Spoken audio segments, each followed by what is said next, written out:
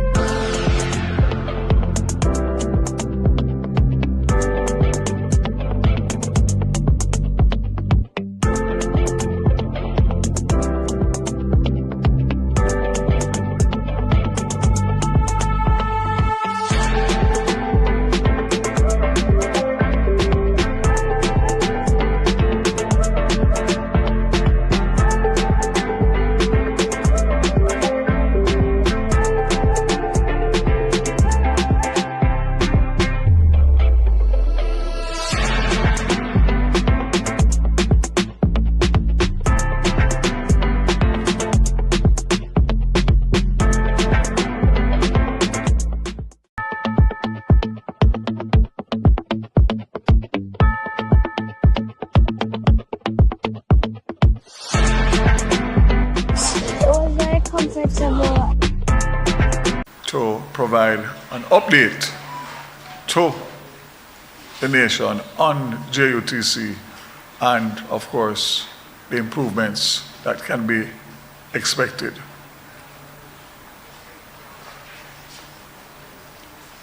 Thank you, Minister. Good morning, PSCTD, colleagues from the JUTC Transport Authority, and members of the media.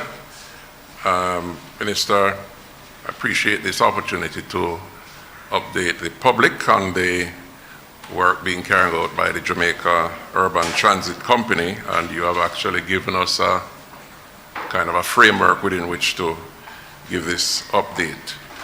The JUTC has been in the news very frequently in the past for not so good reasons, but in recent times we are pleased to say that the JUTC is actually moving on in a direction of improved performance and aiming for excellence. Our intention is to leverage the additional assets that have been deployed, expand the service within the KMTR, and as well to expand it outside of the KMTR. For many years, the company operated with an age fleet. About 2 or so years ago, average age of a bus in the JUTC was about 12, 14 years old. In recent years, fuel cost, it is estimated that during the current financial year, ending March 31 next year, the company would have saved some $1.3 billion on its projected fuel bill. We have also been testing in the fleet a hybrid bus type. We'll refer to it as an extended range bus. And this is a bus which is battery powered, but is built with an onboard generator. And when the fuel tank that supports that generator is filled, 400 liters, that bus has the potential for traveling up to 1,900 kilometers before it requires refueling. That bus has been tested in the fleet for several months, and in terms of its performance, efficiency, reliability, and economic cost of operation, seems a very useful prospect for fleet expansion into the future. And this then gives us the potential for providing, not just for the KMTR, but for the rest of Jamaica, and this is based on the mandate of the government as pronounced by the Minister and the Prime Minister on several occasions, that the JUTC folks to travel to Kingston on a daily basis to provided by the JUTC can enable upwards of 20,000 Jamaicans to take those jobs within the urban centers, expending no more than 15% of their income on transportation. And that's a very good prospect for labor economics and for boosting growth within the economy. So as at right now, the JUTC is providing service on some rural routes. I'll name a few: Morant Bay, Yallas, Linstead, Bogwalk, Old Harbour, Maypen, and the Castleton Gardens moving on average per day 2,500 commuters. That's somewhere in the region of 71,000 commuters per month. And with projected expansion into other areas, these numbers could increase and holds the potential of connecting rural Jamaicans to struggle in the mornings getting to campus and in the evenings getting off, and especially at nights when the service offerings are reduced by the JUTC and become irregular by ordinary PPV operators. We have had situations in the past and even recently where students have been victimized because of the transportation mode that they are left to use. And the outcome of those discussions is that come the start of the new academic year, the JUTC will be provided dedicated bus service to the campus from communities such as Spanish Town, the entire Portmore region, and 9:15 p.m. We have also projected to start delivering services on what you'd call a rural express service to townships such as Mandeville, Ucharias, Montego Bay, Negril, and Port Antonio by the end of August. The company has been given additional new vehicles, 30 diesel-powered luxury coaches, which will serve this segment of the market and at the same time serve the existing premium express routes.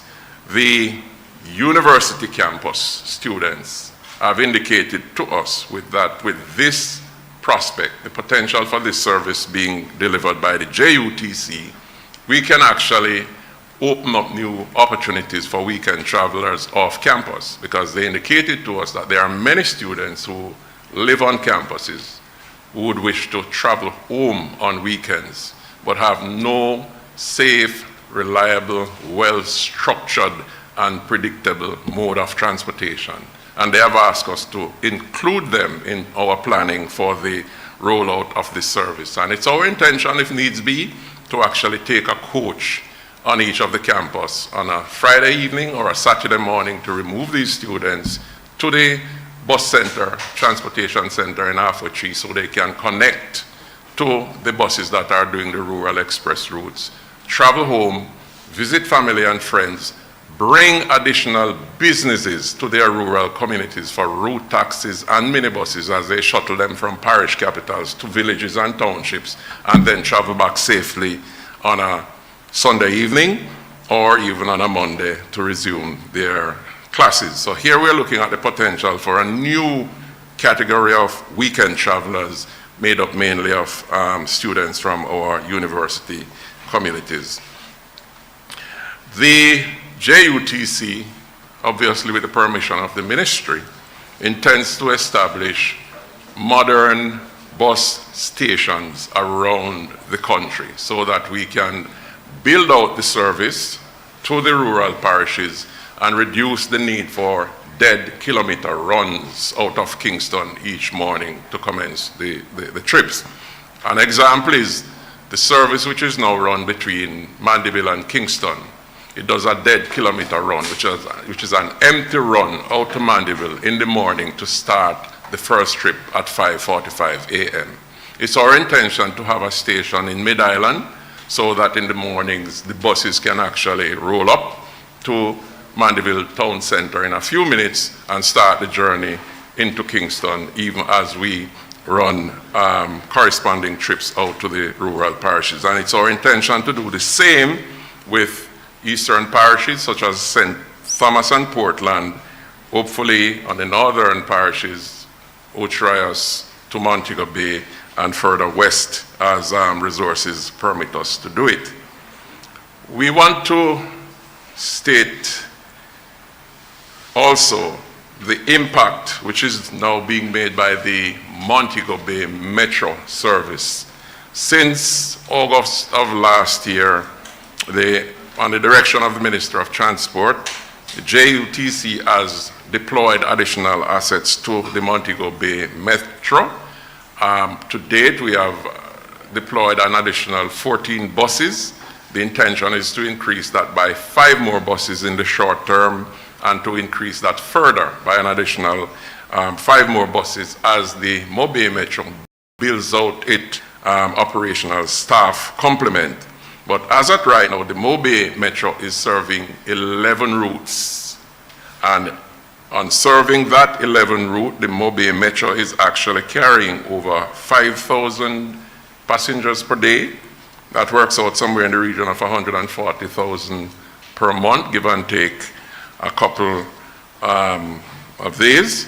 And they serve substantially students attending schools in the region and hotel workers, BPO workers, construction workers. And the intention is to ensure that the service is so expanded that it can provide safe, reliable, and affordable transport to citizens in the western parishes of Trelawney, Hanover, St. James, Westmoreland, and as far as St. Elizabeth. I want to stress here, because concerns have been raised, that the JUTC, by expanding its services out in rural parishes, is competing unfairly with privately owned public passenger operators. This is not correct. It's not entirely accurate. In fact, what the JUTC intends to do and what it is doing, rather than competing in an existing market space, we are expanding market. We are finding new individuals to travel who would not be traveling regularly previously because of the lack of a safe, reliable, comfortable, predictable, and affordable transportation mode. And we are actually encouraging rural folks to travel more into Kingston, where they can take advantage of opportunities that are not available in their parishes of residence, and which it would be uneconomical for them to pursue using existing modalities. We also want to make the point that there are well over 35,000 public passenger vehicles licensed to operate in Jamaica. Of that number, the JUTC has just about 250 to 300 buses operating. There is no way that 300 buses, maximum seating capacity of 55, can displace 35,000 operators in the system. The third thing to note is, with the JUTC moving larger numbers of passengers across and between parishes, there is the potential for the JUTC bringing additional business to these communities. One busload, 55-seater, brought into a rural township can immediately create transport opportunities for 20 cars. So what I would urge privately owned PPV operators to do is to observe, look at the opportunities being created, embrace the model being rolled out by the JUTC, and see how you can partner with us to grow the service, expand opportunities for traveling Jamaicans, and at the same time build out the market in your locality so that you can continue to run viable enterprises out there whilst we serve the common purpose of moving our fellow Jamaicans in safety, in comfort, and in a way that is affordable to those at the lowest level of the income bracket. Minister, that's basically what I have to say on the JUTC now, sir, and I would wish to yield to you to address the matter of the rural school bus system before I make any comments on it, which would be in the operational realms. I don't know if you want to permit questions now or you want to speak before I take questions. I can take questions. Thank you. Yes, ma'am. There were concerns raised with the expansion of the JUTC buses into rural areas. Again, with the expansion of JUTC buses into rural areas, there were concerns about the licensing of these buses. And no before the expansion, we have KMTR license for the buses, but can you address what will happen or if there is something being done regarding licensing to operate in rural areas? Address that for me, Mr. Gale. Before we commission a route, we apply to the Transport Authority for the requisite license. And so we get those licenses to project beyond the KMTR. And that, I'm sure, satisfies the compliance aspect of what we're doing.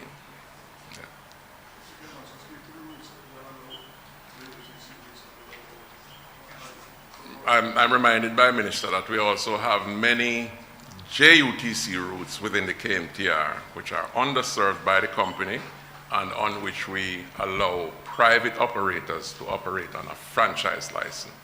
Yeah. So there's coexistence. Yeah. Did I answer your question? Yes. Thank you. Next.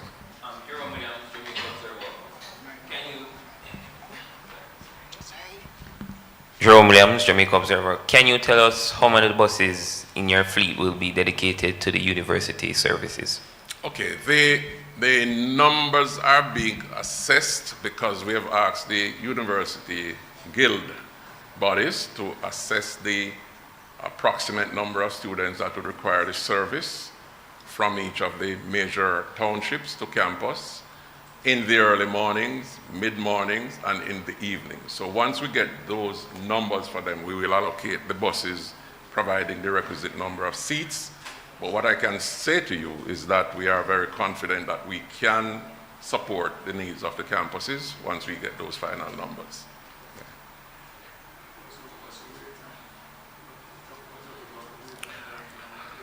The wait time has been brought down significantly. In fact, in the early mornings, the run-out times are like 5 minutes apart from the main residential hubs. Take Spanish Town, Portmore as an example. Buses are leaving very, very quickly. The turnaround time in the early mornings, very, very short. Our wait time extends a little bit longer during the off-peak hours when most of the buses on the morning shift come back in for cleaning, servicing, and refueling. But there is significant reduction in wait time. If you go to the Halfway Tree Transportation Center on any day now, you will see more buses than commuters sometimes. The same thing applies to the downtown Kingston hub and the two hubs, major hubs out in St. Catherine, Portmore and Spanish Town. And in the case of the rural routes that we have activated, the schedules are being met consistently because there is less impediment from traffic congestion on those routes. And I speak of a St. Thomas, Linstead, Bogwalk, Old Harbour. The Mandeville bus, when they leave at 6 a.m., they are in Kingston by 7:50. One more question. What's the latest with the JUTC bus app? The latest with that is we are in testing mode now. Thank you for that, Chantal.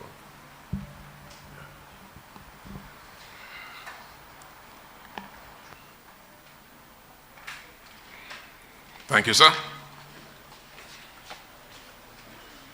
Thank you very much. Let me just commend JUTC on the work that they continue to do and to reassure commuters that we are not going to expand new routes and new services at the expense of the current routes that have been underserved and also the wait times. When I took over in May 2023, there were wait times 2.5 hours in some cases. We've been able to bring that down, and the truth of the matter is that the misery index has significantly reduced from May 2023, both with the buses that we have put in the system, the buses that we have repaired and retrofitted and refurbished, and the fact is now we are probably down to between 30 minutes and an hour at max, depending on the time of day, which is a significant improvement. So we look forward to continued collaboration with the commuters, because you are who guide us in relation to the issues that arise from time to time. But I can say, without fear of contradiction, that personal contact with me, whether through email, WhatsApp, telephone, whatever methodology, has reduced significantly. And what I do get mostly is compliments rather than complaints as it relates to the JUTC service. So I will move now to what I would consider to be the most talked about initiative that the government has implemented in many, many years. With September morning quickly approaching, it is prudent that I update the nation on the progress this government has made so far in the rural school bus system. The 110 fit-for-buses school buses represent reliable, affordable, convenient, inclusive, and hope for thousands of students who have been inconvenienced by costly and inconsistent transport options. I want to make it unequivocally clear that the rural school bus system is not intended to compete with the public passenger vehicles. On the contrary, the initiative has been carefully designed to complement and support the existing transport ecosystem. The subsidies provided under the program will enable dedicated school transport services to operate efficiently, reducing the burden on the regular PPV operators during peak school hours. PPV operators will have the opportunity to accommodate more full fare paying passengers, meaning adult passengers at full fare. The public passenger transport system currently has some 35,000 vehicles in operation across Jamaica. Of this number, approximately 532 are rural stage licenses. The days of school children competing with the adults for seats, the days of students being told no schoolers, or being subjected to harassment and abuse must come to an end, and for this reason, this minister will not relent on ensuring that the rural school bus system is ready for full commencement at the start of September. This is a win-win approach. Students benefit from safe, reliable, and accessible school transport, and transport operators enjoy increased earnings and reduced congestion on popular routes. We are committed to building a transport system that is inclusive, efficient, and economically empowering for all stakeholders. Let me give you an update now on the status of the arrival of the school buses in Jamaica. So far, we have 52 buses that have been handed over to the JUTC. We have another 2 buses that are on the port that were shipped on July 25th. On August 1st, tomorrow, we have another 8 buses to depart Miami. August 8th, 25 buses to depart Miami. And August 15th, 23 buses. Of that, 52, we have 6 of the 32-seaters, 38 of the medium-sized buses, and 6 of the large 72-seater buses. Of the buses to come, 39 small buses, 2 medium, and 17 large buses. The commitment by the government of Jamaica was to have 60 buses rolling out September morning, and the balance of the 40, or should I say 50, 40 of those would be between October and December, and 10 buses are kept back for contingencies of whatever sort. Of those 60 buses that will roll out in September, that will cover 53 routes across all 14 parishes. And the balance of buses will take up the additional, which makes 122 routes. So for right now, based on stakeholder consultations, we have come up with 100 buses for 122 routes. And that will be broken down between the 60 in September and the 40. Those 40 that will come will start going into the system almost bi-weekly. As they are retrofitted and done, they will go in. So you will see the increase from the 60 move quite rapidly once the buses are all here, which they'll be here by the end of August. So, as it stands now, out of those 52 buses that are physically here now, 23 of them have been retrofitted, meaning the door has been moved from the right to the left. And we will continue to do those in phases along with all the other aspects of the retrofitting and the preparation for the school year in September. It is approximately, based on Ministry of Education numbers, 16,500 students will benefit. That is when you speak to the specifications of the bus and the seating capacity. I can say from experience in Portland that I know that that number will be exceeded because the children squeeze up to make sure that they can all go to school at the same time. So we have to use these numbers, but there's a reality to it that we must also consider while considering safety. I want to reiterate again, because there's a lot of noise, a lot of mischief, a lot of misinformation. This government and this minister is not bringing any school bus to Jamaica that is not fit for purpose.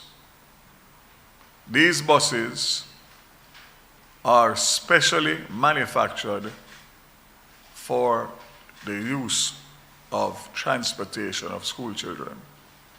So when I hear others talking about buying coaster bus and this bus and pro box and this, those buses and those transportation are not fit for purpose.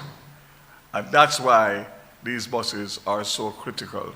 They have safeguards in them to protect the children in any eventuality. And that's what we are interested in. So there will be 3 JUTC depots that will oversee the testing of the buses. So come Monday morning, we will have the JUTC doing their test on the routes, all routes, despite the fact that we don't have the 110 buses.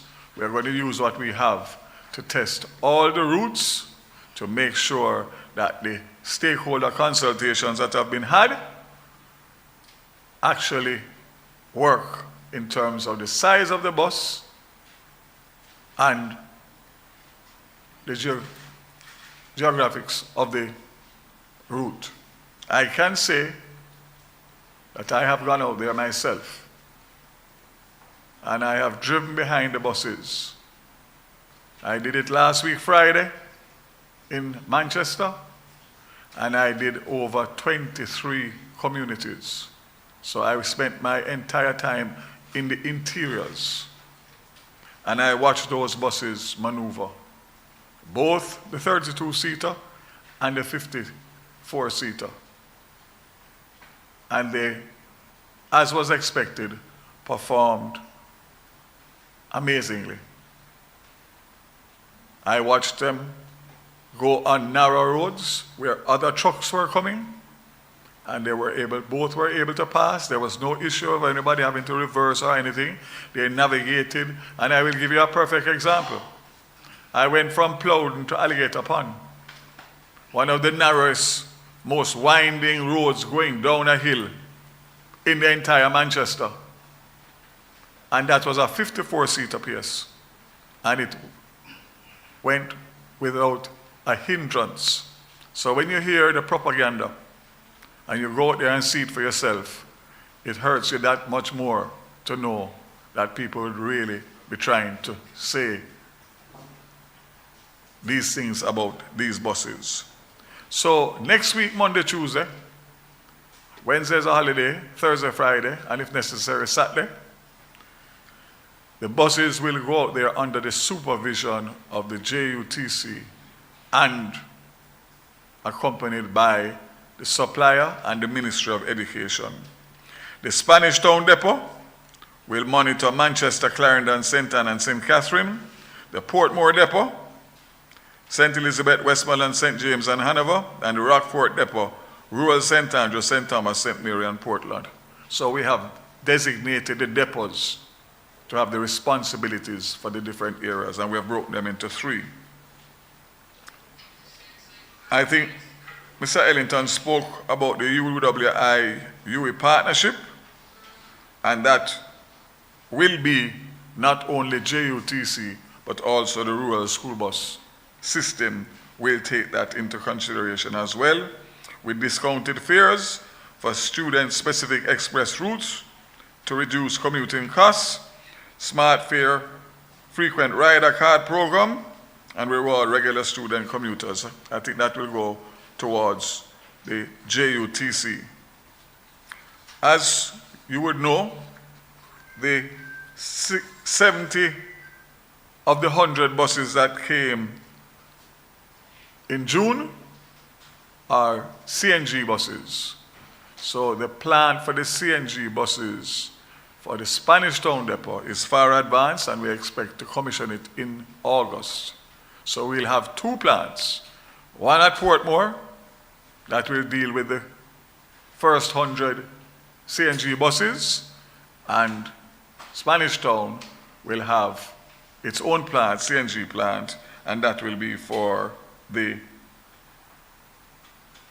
Spanish Town Depot,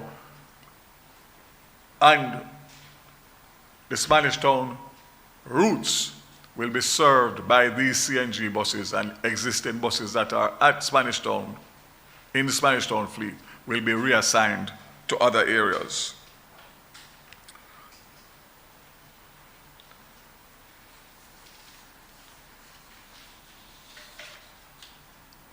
So, again, we are looking forward to have all of the buses for September, which totals 60 buses, ready by the 25th of August, meaning all that is done and specified in the contract, the technology, the cashless system, everything ready to go for September morning. I can say that with all of what has taken place,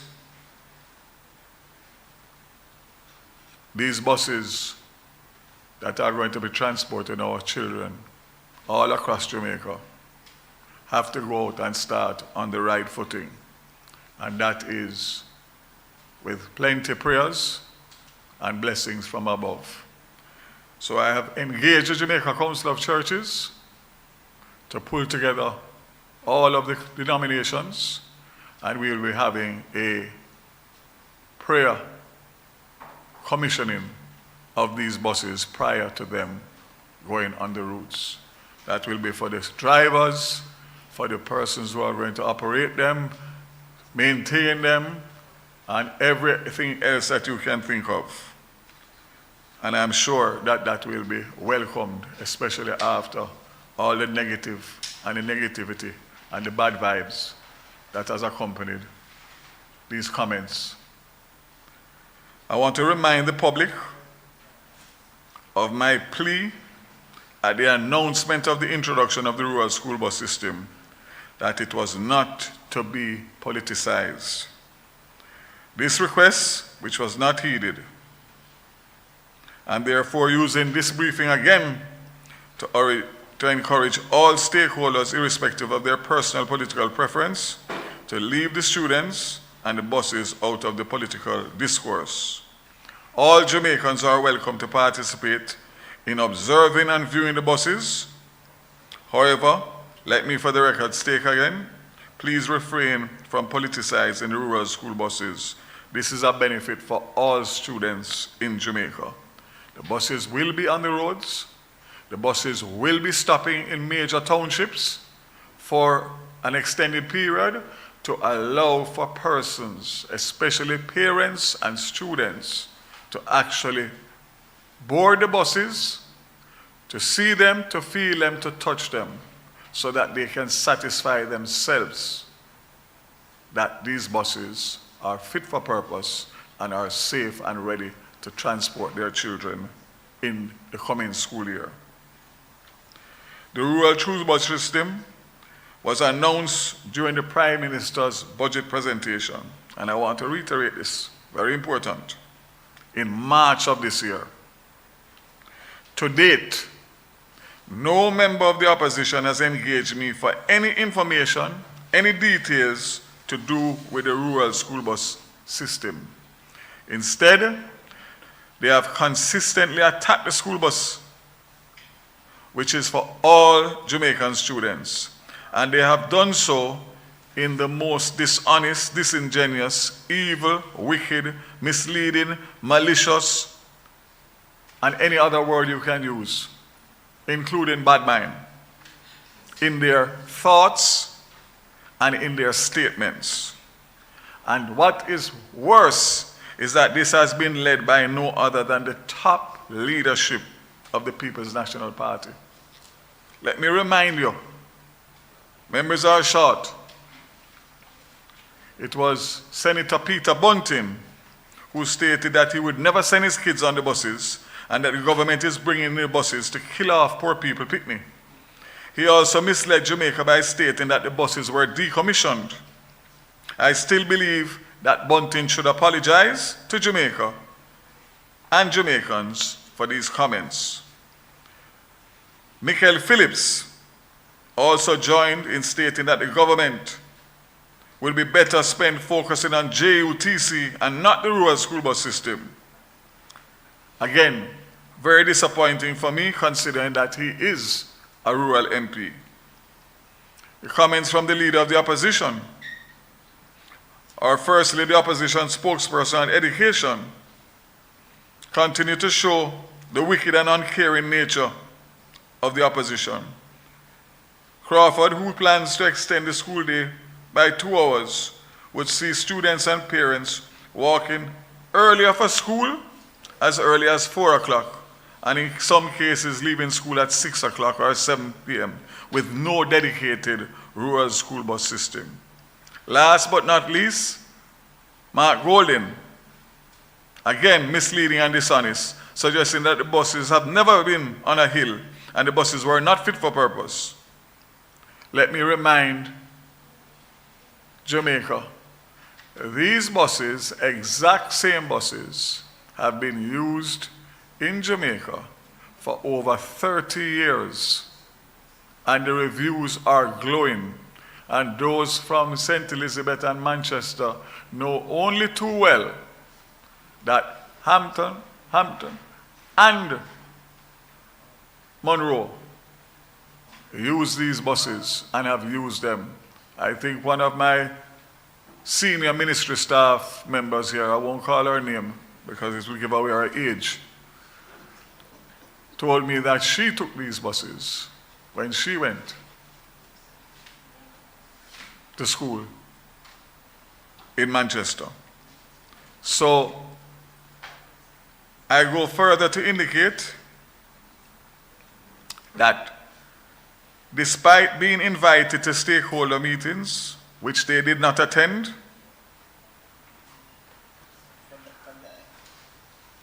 they would have had the opportunity at the stakeholder meetings to ask questions, to request, as other members of parliament have done, for the buses to come to their constituency, to satisfy them as the representatives of the people, and also their constituents to get an opportunity to see the buses.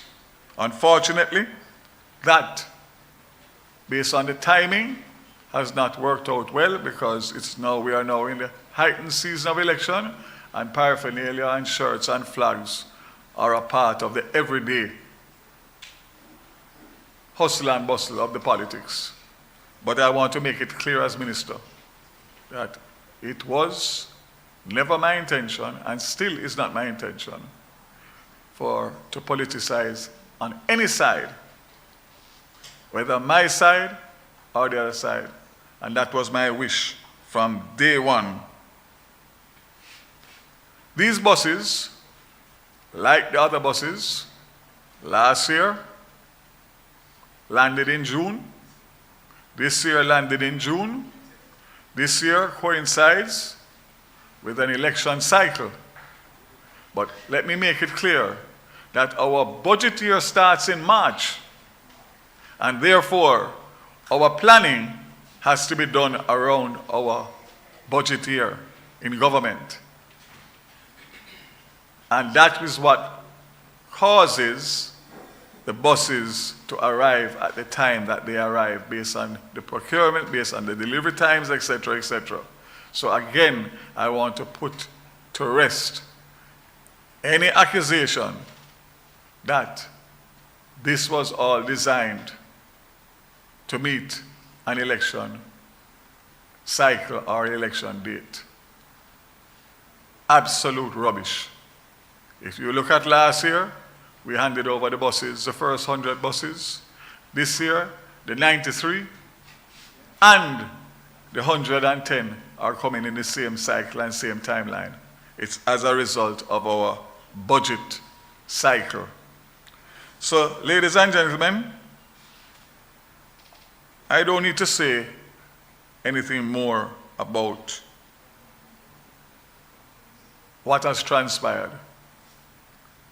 It's unfortunate, and all that I can say, even at this 9th hour, if it is that I can get the opposition to find it within themselves to have a change of heart and mind and turn from their dog-hearted and bad-minded comments and come with a clean heart and a good mind, I would be happy to accommodate consultations and discussions with a view of arriving at a consensus in the interests of the rural school children who are ultimate beneficiaries of this initiative.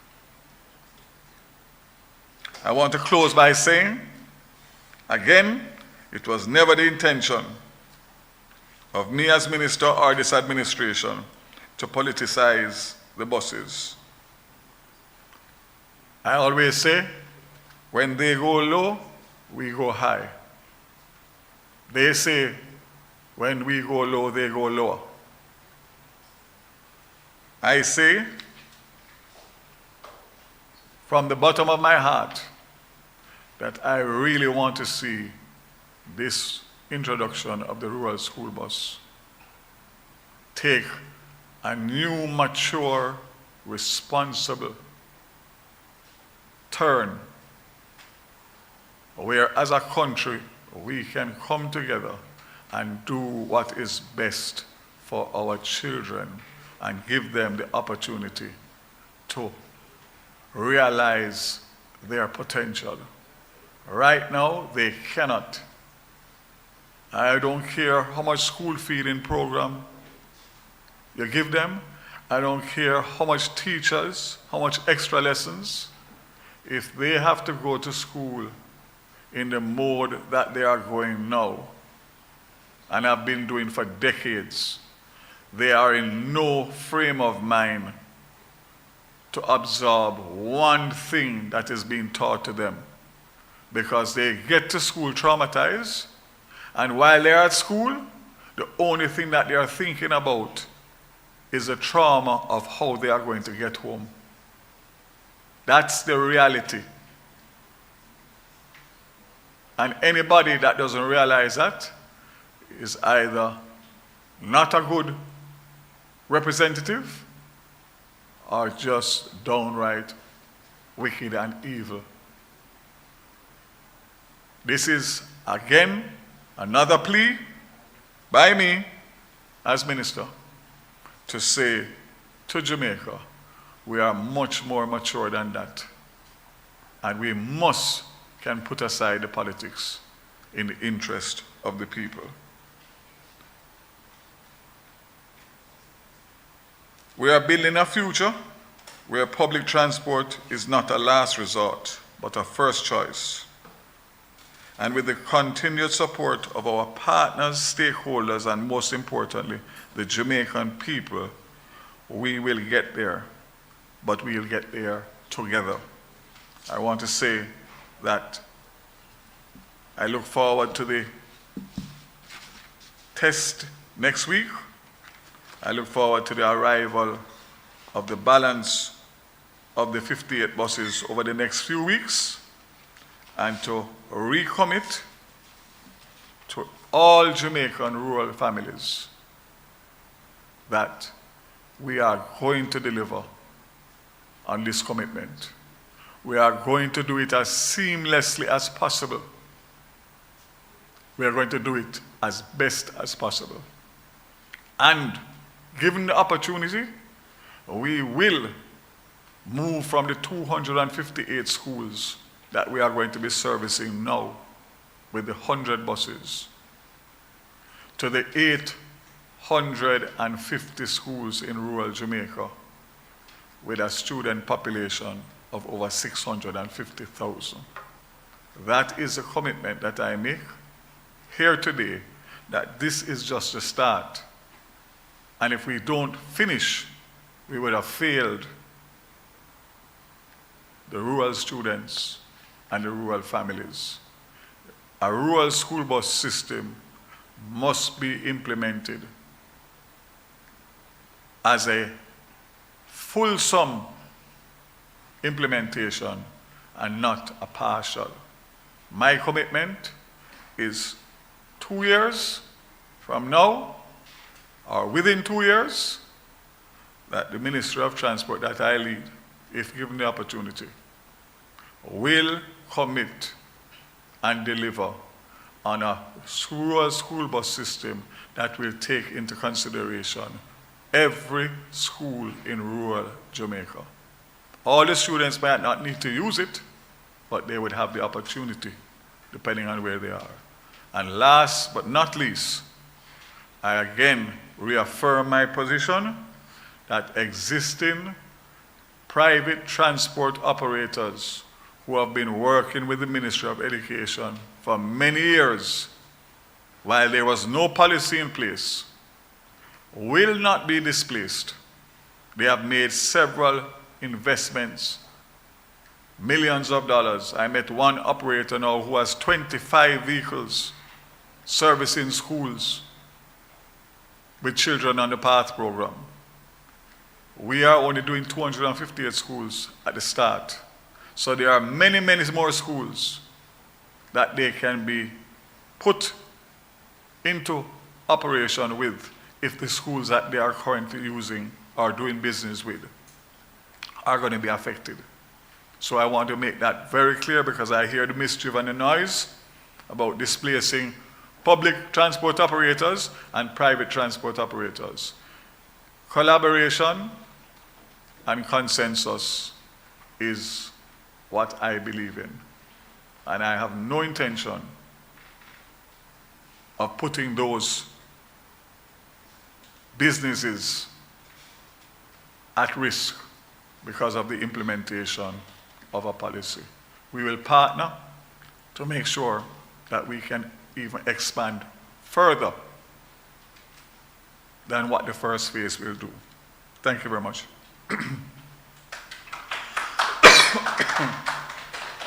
Questions?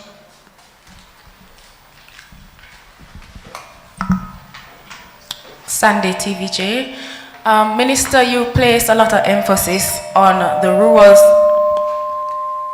rural school buses' main purpose to serve students. So with that I ask, what will happen when schools are on holiday? What will happen with the buses? Will they be parked up? Will they be repurposed? So very important, very important.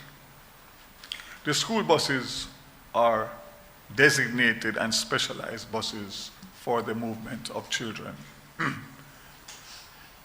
The school buses will operate morning and afternoon, and depending on how much trips they need to make, in the morning and the afternoon, Minister of Education will handle all of that.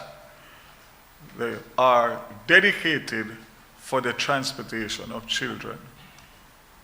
And therefore, for summers, when school is off, there are some activities that school do, summer school and school programs and school trips and that kind of thing. It will be limited to the use for the education system for school children in rural Jamaica. So the clear answer to that, I think what you're going to ask me, if we're going to improvise and use the buses to transport other passengers during downtimes, the answer to that is absolutely not. Absolutely not. These buses will be kept, serviced, parked, and used occasionally if it is something that is sanctioned by the Ministry of Education or by the school. My final question, there have been some clips circulating on social media with the buses transporting party supporters. Why are they being used on the campaign trail? So I can't answer that as to whether or not they're being used on the campaign trail. As I said earlier before, the fact of the matter is that we are in that season, and obviously there is a lot of excitement going on around the buses. I don't support it, and I have indicated that very clearly, that that is not what they are to be used for. They are to be used for the constituents to be able to get them. But on the other side, you would have seen that picture. I would have seen the picture of those opposition supporters who were in Western St. Mary demonstrating against the buses. So whether it is for or against, once the politics is mixed up in it, we lose sight of what the true value and the true meaning of those buses are. So let me say as minister that I do not, will not, and will never accept that those school buses should be used for political purposes. Since those pictures have been circulated, you would notice that you haven't seen many more of those, because I've indicated that if the MPs cannot be responsible and handle themselves, then the buses won't go. Bottom line is they have been to several constituencies, and they have been handled very professionally in many of them. And of course, in this situation, we saw that picture. I don't know the background to the picture, how they got in there or whatever. I'm not casting any blame. I'm just saying that that's not what we want to do. We want to parade the buses for people to see them, feel them, and touch them, and get their own confidence based on all the negativity that has surrounded the comments, the unfortunate comments that have been made, which are baseless. These buses, 1937, they have been used in the United States school bus system. Tried, proven, and tested. So, until we can find something that can compare or better, we are using what we can use. September morning 2025 was a commitment, and my PS and my team worked assiduously to go through the procurement, because after 700 students have been injured in the last 3 or 4 years, and 61 have died, September morning is one morning too much more to allow for those children to be exposed to those elements. So September 2025 was the timeline we set, and we are going to meet it. Minister, when will all the school buses be retrofitted, specifically with the doors being moved from one side to the other side? So for September, all 60 buses will be retrofitted from one side to the other. And then there'll be a schedule now on the other 50 buses that will take you from September into the end of the school year. But as I said before, and I want to reiterate it, it's not a matter that 60 September and then 40 is January, or 50 is January. They will be integrated into the school system as they are retrofitted and prepared to go on the road. So you will see the increase from 60, gradually starting from probably the end of September into October, into November. But no bus will go on the road into the official school bus system without the retrofitting of the door from the right to the left, despite, again, the misinformation and the noise and the mischief and all that goes with it. That is a requirement by the ITA, and that's a requirement by my ministry, and that's a requirement by me as minister. I'm not exposing for expediency, not one child with the possibility of getting injured because of where they exit and egress out of the bus. All buses will be retrofitted, the door will be retrofitted before they are commissioned into service in the new rural school bus system.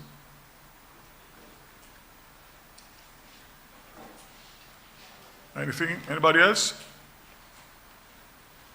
All right. I thank you very much for attending, and I can assure you that after the buses have been tested, I will have another press briefing to give an update as to how that went.